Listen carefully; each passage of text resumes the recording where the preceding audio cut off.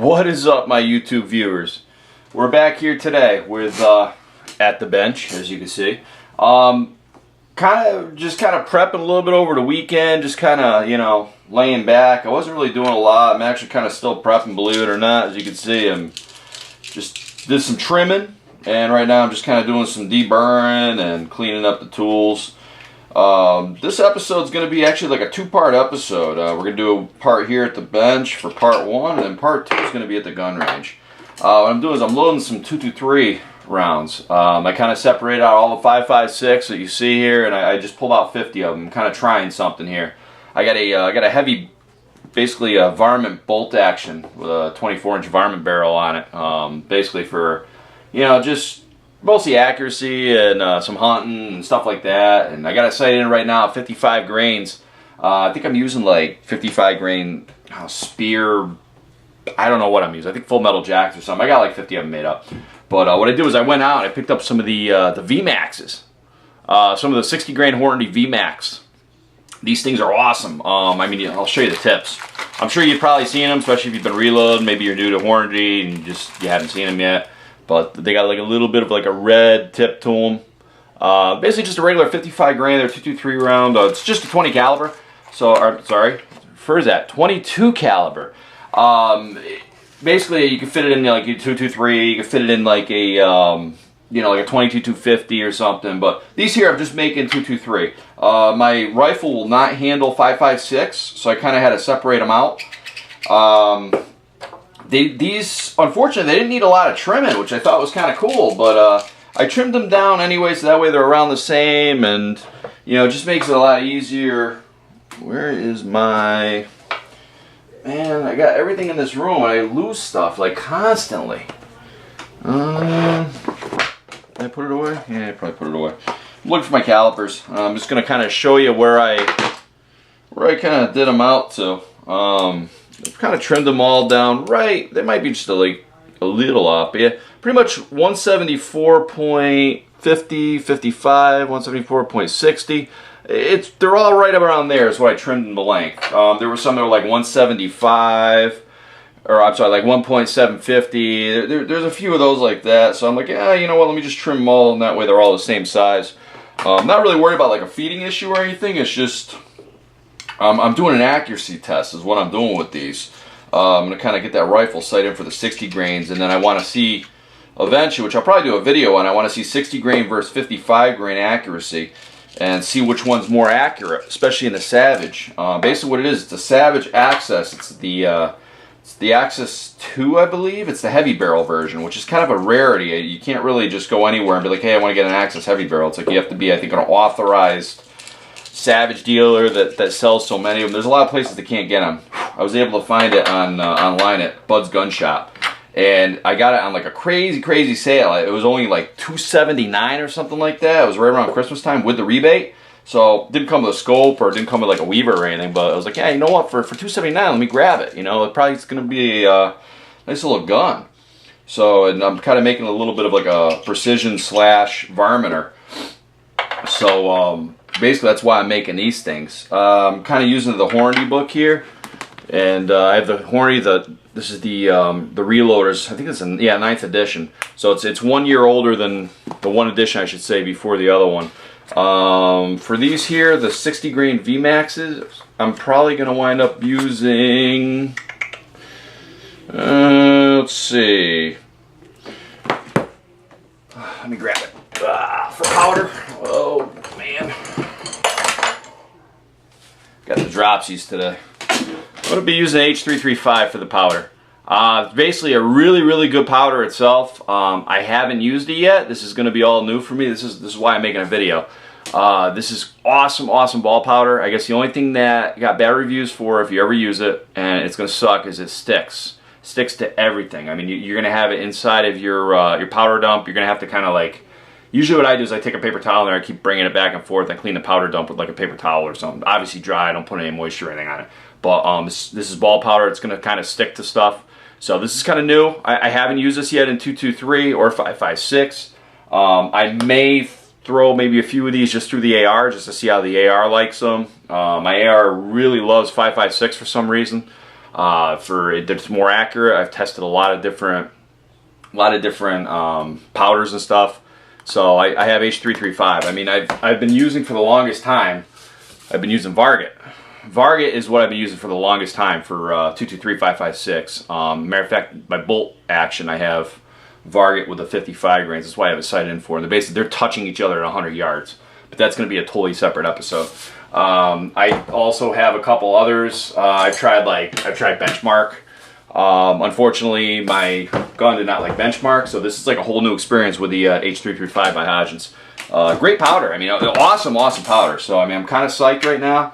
Like I said, I'm gonna do part 1 here at the bench, and part 2 is gonna be out at the range, and we're gonna kind of see what I can get for some groups. I mean, it's, you know, I'm not really gonna be focused on possibly, I mean, throwing everything through the same hole, but I mean, as long as I can get, you know, my goal is accuracy, and I want to go less MOA than what they're telling me I can do. So if they're saying I got an inch MOA, I want to be a ½ inch. If they're telling me I got a ½ inch MOA, I want to be a -- inch. So that's kind of my goal when I reload. But I kind of just wanted to go over these things with you, and I'm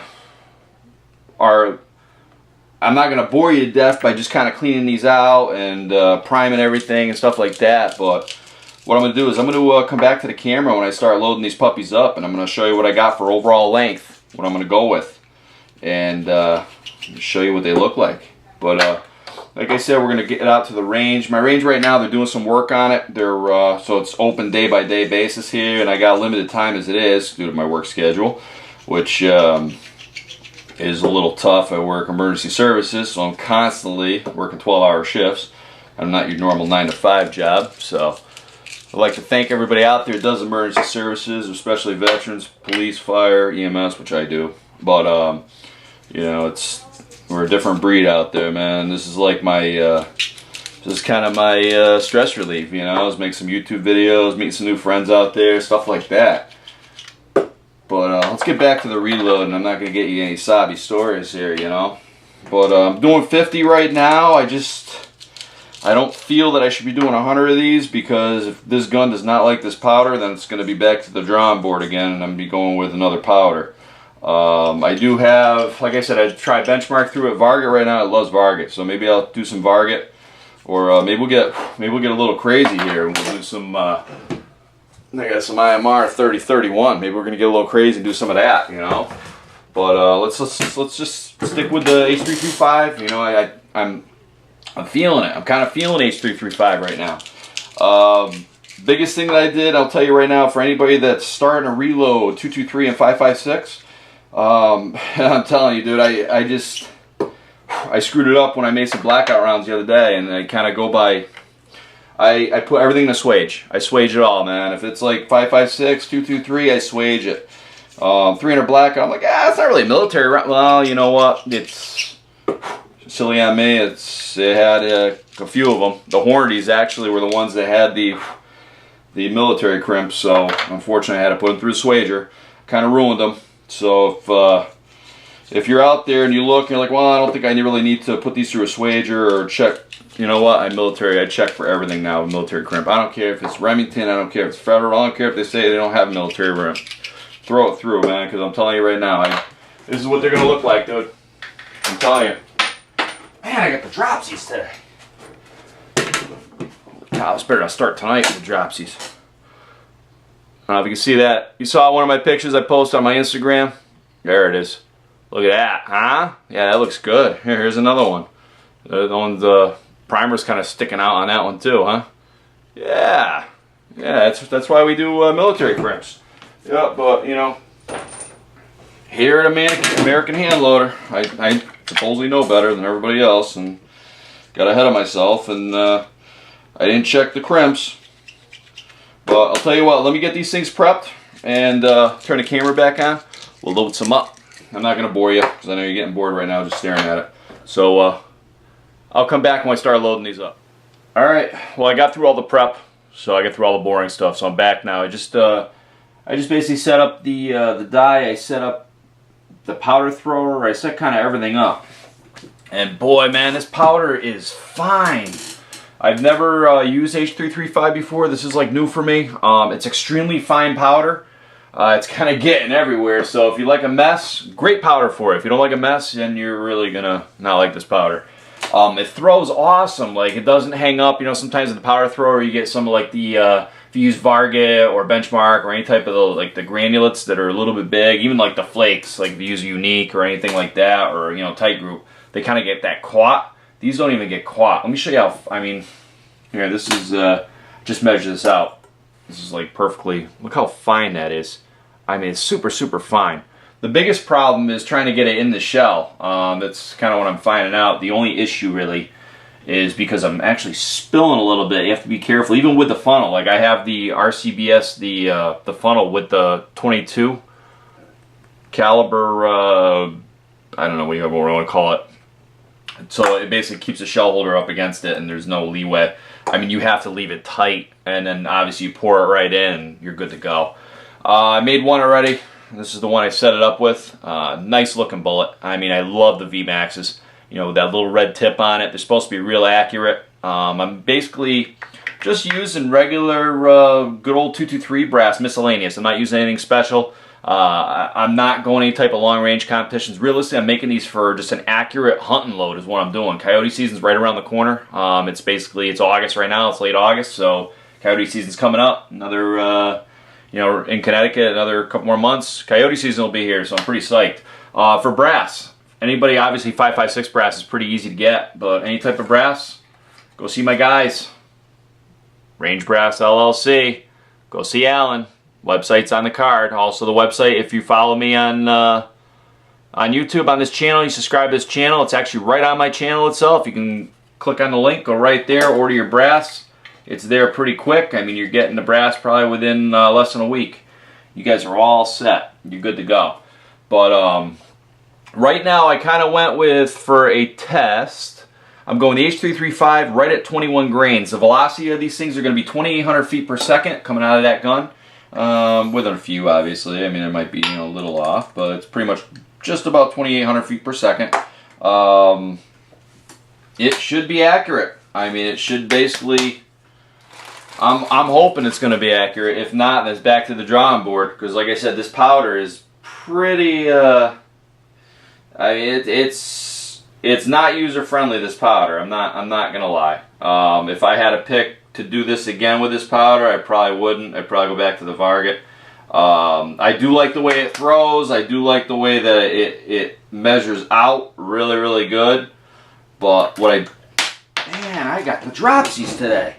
What I don't like about this powder is just as soon as I pour it, I wind up just spilling a little bit. Hopefully it's not going to make that much on the accuracy. I did do a test. I poured it kind of back in and just to see exactly what would happen. And honestly, it wasn't bad. It was off maybe just like 0.1 of a grain, maybe 0.2 at the most. It wasn't that bad, so I'm not really spilling a ton. Just spilling just a little bit. So we'll see how she does. For the length itself, guys, it's supposed to be that they're saying from Hornady is overall length is going to be 2.250. What I'm doing is I'm running just a little shy of that, just in case I get a biggie. I'm running 2.24. I don't know if you guys can see that. I'll try to get a little close.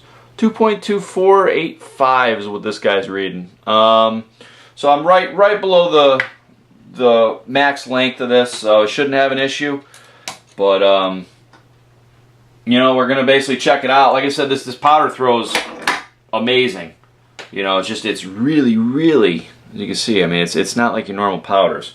It's ball powder, so I mean, it's to be expected. But again, I've never really used this. I've only used, like I told you before, I've only used other powders that are, you know, a little bit more, should I say, longer. I don't know if that's really what I want to use, but I just kind of want to go over this. This is going to be my test load for the Hornady Vmaxes. Guys, let's subscribe to my channel. Let's also come and check us out on Instagram. You're going to, you know, see stuff on there. I post constantly. Same on Twitter. Subscribe to this channel. This is going to be part 1 of part 2. Part 2 is going to be at the range. That's going to be the fun part.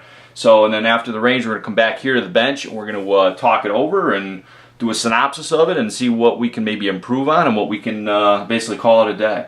So once again, subscribe to my channel, like this video. Let me know what you're using for powder, especially if you use any type of bolt actions, what you're using, because I love hearing from people out there. Same thing, let me know if you're using the H335 and maybe your AR or any type of bolt action. Just kind of curious. So once again, thanks for watching. It's American Handloader here, and please subscribe and see you on part 2.